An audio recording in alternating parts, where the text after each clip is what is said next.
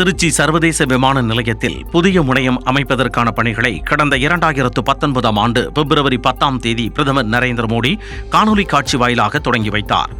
கட்டுமான பணிகளை 2021ஆம் ஆண்டு செப்டம்பர் மாதத்திற்குள் முடித்து புதிய முனையத்தை செயல்பாட்டிற்குள் கொண்டுவர திட்டமிடப்பட்டது. ஆனால் கொரோனா பரவல் காரணமாக கட்டுமான பணிகள் முடிவடையாமல் திறப்பு விழா தள்ளிப்போனது.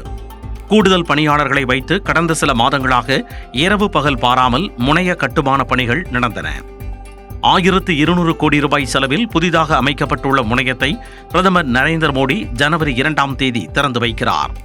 புதிய முனையம் மொத்தம் 134 ஏக்கரில் 75,000 சதுர அடி பரப்பளவில் கட்டப்பட்டுள்ளது.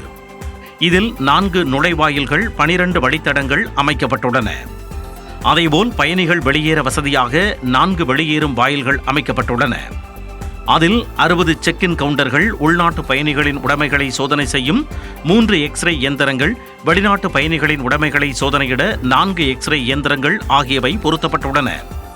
மேலும் பயணிகளின் உடைமைகளை விமானத்தில் இருந்து கொண்டு வரவும் விமானத்திற்கு கொண்டு செல்லவும் 5 கன்வேயர் பெல்ட்டுகள் பொருத்தப்பட்டுள்ளன. பயணிகளின் குடியேற்ற சோதனைக்கு 58 கவுண்டர்கள் கட்டப்பட்டுள்ளன.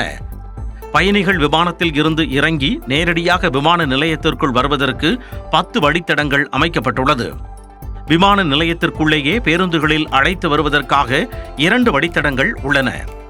தற்போது வடிவமைக்கப்பட்டுள்ள முனையத்தில் ஒரே நேரத்தில் 1500 உள்நாட்டு பயணிகளை கையாளவும் 3950 வெளிநாட்டு பயணிகளை கையாளவும் முடியும். 750 கார்களை நிறுத்தி வைக்கும் அளவிற்கு பார்க்கிங் வசதி ஏற்படுத்தப்பட்டுள்ளது. மேலும் நவீன முறையில் விமானங்கள் அதன் குறிப்பிட்ட எல்லைக்குள் நிறுத்துவதற்கான கட்டமைப்பு வசதியும் செய்யப்பட்டுள்ளது. விபத்துக்களை தவிர்க்க மேற்கூரைகள் அனைத்தும் மெட்டல் போர்டில் அமைக்கப்பட்டுள்ளன.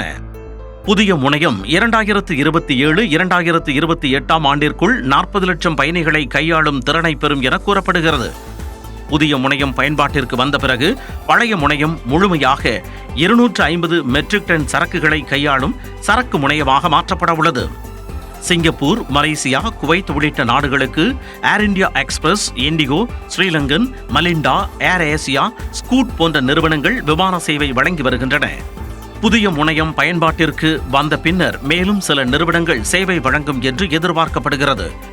போயிங் போன்ற மிகப்பெரிய விமானங்களும் திருச்சிக்கு வந்து செல்ல அந்த விமான நிலையம் தயாராகி வருகிறது.